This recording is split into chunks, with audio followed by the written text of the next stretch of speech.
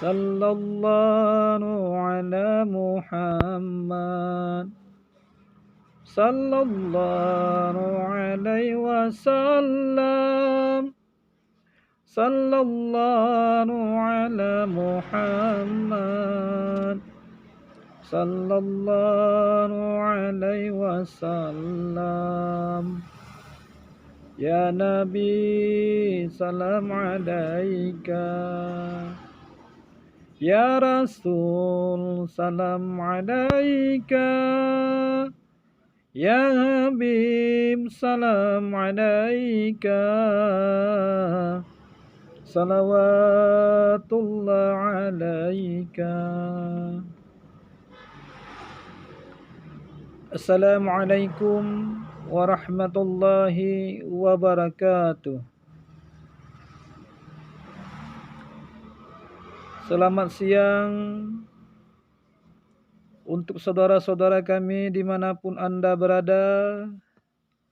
Selamat berjumpa kembali di channel dakwah Rismadi. InsyaAllah pada siang hari ini kita akan membahas sebuah tema, yaitu tentang hidayah. Dan insyaAllah kita akan melihat apa dan mengapa sebabnya hidayah itu bisa diterima oleh manusia ataupun didapatkan oleh manusia, yaitu umat Nabi Muhammad sallallahu alaihi wasallam maupun umat-umat yang lain.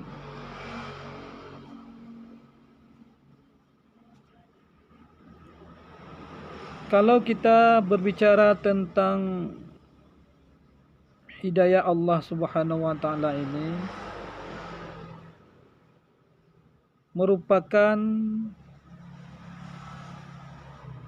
sesuatu yang sangat dirahasiakan oleh Allah Subhanahu wa taala. Karena hidayah ini adalah petunjuk bagi umat manusia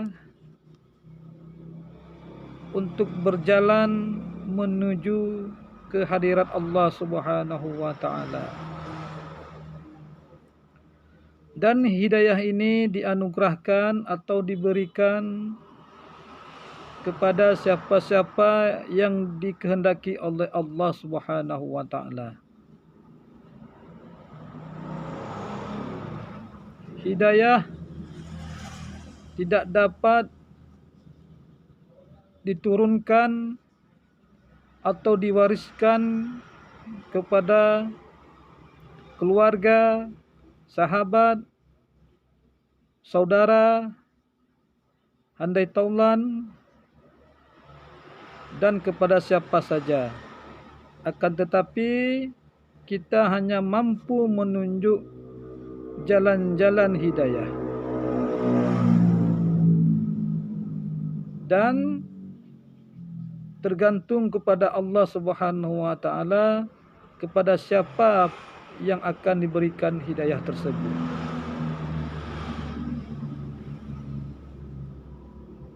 Hidayah atau petunjuk Allah Subhanahu wa taala ini memang sangatlah rahasia ataupun misteri. Karena kenapa? Hidayah Allah Subhanahu wa taala ini tidak mudah untuk didapat. Walaupun demikian,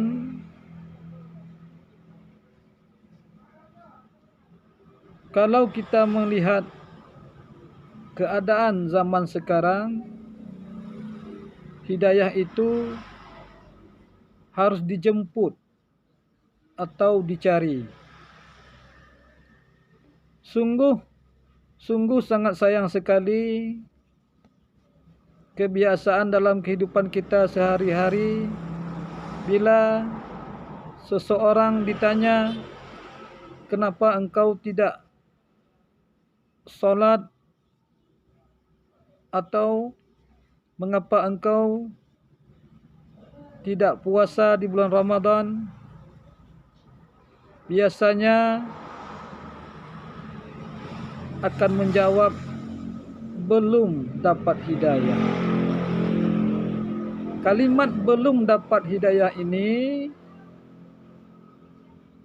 adalah bisa saja benar atau bisa saja salah. Marilah kita coba lihat sebab-sebab atau penyebab datangnya hidayah Allah Subhanahu wa taala ini kepada seseorang, baik itu kepada laki-laki maupun kepada perempuan. Yang pertama, penyebab turunnya atau datangnya hidayah kepada seseorang itu adalah rasa takut di dalam hati. Ini bisa terjadi mungkin karena adanya kematian seseorang yang sangat dicintainya, seperti orang tua, kakak, adik, atau saudara, ataupun teman. Nah, ketika seseorang melihat ini, dia merasa takut dan turunlah hidayah itu kepadanya. Hidayah ini bisa juga didapat setelah seseorang itu mengalami sakit yang begitu lama. Dan dia berjanji dalam hati setelah sembuh akan bertobat dan melakukan ibadah-ibadah kepada Allah Subhanahu wa taala. Yang kedua, hidayah Allah Subhanahu wa taala ini bisa didapatkan oleh manusia adalah dengan cara belajar ilmu pengetahuan agama, yaitu ilmu fardhu ain. Dengan begitu, ketika seseorang mau belajar ilmu agama, maka seseorang itu akan mendengar dari guru-guru pengajian ataupun majelis yang diikutinya tentang fadilah-fadilah melakukan ibadah-ibadah. Misalnya ibadah solat, bagaimana fadilahnya, apalagi bila dilakukan dengan berjamaah. Fadilah sedekah, fadilah tahajud, fadilah puasa, fadilah berkurban, fadilah haji, fadilah sabar, fadilah syukur, dan lain-lain sebagainya. Dengan mendengar ini dan belajar kepada guru-guru, ulama-ulama, maka seseorang itu dapat hidayah Allah Subhanahu wa taala. Kemudian yang ketiga, sebab turunnya atau datangnya hidayah Allah Subhanahu wa taala kepada seseorang itu adalah rindu kepada Nabi Muhammad sallallahu alaihi wasallam ataupun rindu kepada surga. Dengan merasa rindu kepada Nabi Muhammad sallallahu alaihi wasallam ini ataupun surga, dia akan berusaha untuk beribadah dengan sebaik-baiknya dan dengan sebenar-benarnya. Nah, salah seorang ulama yang keturunan habaib selalu berdoa kepada Allah supaya memasukkan beliau ke dalam syurga, yang tujuannya adalah untuk berjumpa dengan Rasulullah Muhammad sallallahu alaihi wasallam. Begitulah kerinduannya kepada seorang nabi yang memberikan petunjuk kepada umat seluruh alam ini. Kemudian penyebab turunnya hidayah kepada seseorang itu adalah dengan berkumpul bersama orang-orang yang saleh atau orang-orang salihin, melihat wajah mereka dan merasa begitu dekatnya orang-orang salihin ini kepada Allah Subhanahu wa taala. Mengapa demikian? Karena dengan kita memandang wajah ulama atau salihin-salihin, orang-orang yang salih, orang yang alim, ahli ilmu agama, nampak di aura wajahnya itu nur cahaya Allah Subhanahu wa taala, yaitu nur ketaatan kepada Allah Subhanahu wa taala. Dengan begitu seseorang akan mendapatkan hidayah atau petunjuk Allah Subhanahu wa taala. Ini sering terjadi di dalam kehidupan kita sehari-hari. Misalnya seorang yang ahli maksiat yang tidak tahu apa-apa, melakukan dosa-dosa, ketika dia berjumpa dengan seorang alim